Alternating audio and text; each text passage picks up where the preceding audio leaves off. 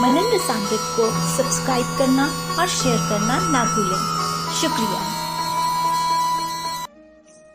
Shri Radha Manendra Sanwer channel के सभी श्रोताओं को मेरी श्री राधे और तुलसी पूजन की, दामोदर मास की, कार्तिक मास की बहुत बहुत शुभकामनाएं।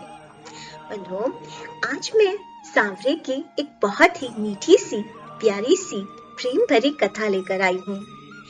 एक बार श्री राधे ने सांवरे के लिए बहुत ही प्रेम से, भक्ति से, भाव से माखन बनाकर भेजा। एक सखा के हाथ भेजा। सखा जब वो माखन का पात्र लेकर सांवरे के पास आया तो छीना झपटी होने लगी। सांवरे सखा से पात्र लेना चाहते थे, लेकिन सखा खेल रहे थे लेकिन सखा सांवरे के हाथ में पात्र दे नहीं रहे थे, आगे पीछे कर रहे थे। तो बस इसी छीना झपटी में सखा के हाथ से वो पात्र गिर गया और मिट्टी का पात्र था, तो पात्र टूट गया और माखन बिखर गया। तभी सांवरे झुककर उस माखन का भोग लगाने लगे। सखा ने कहा, कान्हा, तुम इस अशुद्ध माखन को क्यों खा रहे हो? ये जमीन पर गिर गया है, खराब हो गया है, हम तुम्हें नया माखन ला देते हैं। लेकिन सांवरे ने कहा कि सखा, माखन जमीन पर गिर गया है, इसमें माखन का क्या दोष? इसमें तो उन हाथों का दोष है जो इस पात्र को संभाल नहीं पाए। माखन जमीन पे गिर गया, इससे ना ही माखन की स्वादिष्ट होने में कोई फर्क पड़ा और ना ही मेरी माखन की प्रियता में कोई फर्क आया है। माखन मुझे अभी भी उतना ही प्रिय है। और उससे भी बड़ी बात कि राधे ने कितने प्रेम से ये माखन बनाकर मेरे लिए भेजा है। माखन के जमीन पर गिर जाने से वो प्रेम कम नहीं हुआ, वो भाव कम नहीं हुआ, वो भक्ति, वो समर्पण कम नहीं हुआ। तो बताओ, क्यों ना मैं इस माखन का भोग लगाऊं? कैसे ये माखन शुद्ध हो गया? सच कहते हैं, प्रीत की रीत तो सांवरे ही जानते हैं।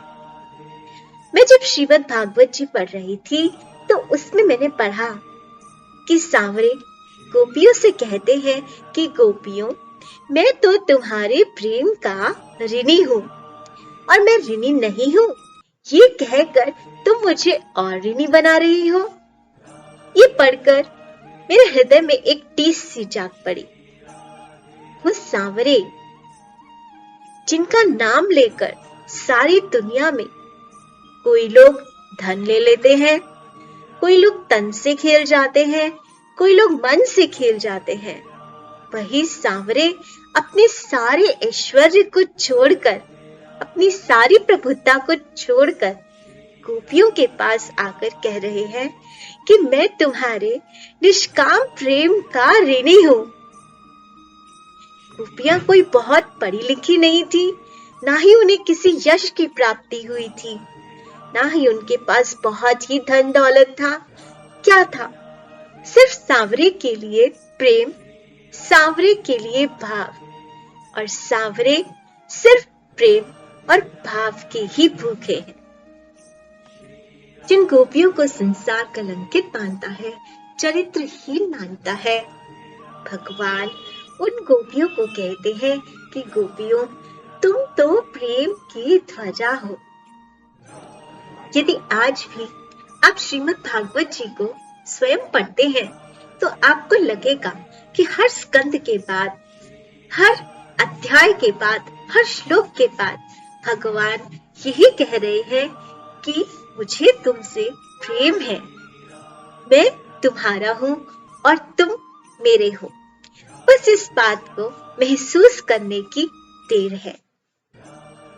और गोपियों ने सांवरे की इसी बात को उनकी बांसुरी में पल पल महसूस किया। आज भी कथा रूपी बांसुरी हमसे यही कहती है कि भगवान हमसे बहुत प्रेम करते हैं, चाहे कोई भी हो, कैसा भी हो। तो सांवरे का प्रेम ही ऐसा है। सांवरे से जो प्रेम करने लगता है, भगवान फिर उसे अपने आप श्रेष्ठ बना ही लेते हैं। आज के लिए बस इतना ही। फिर एक मीठी सी प्यारी सी सांवरे की वार्ता के साथ आपसे भेंट होगी।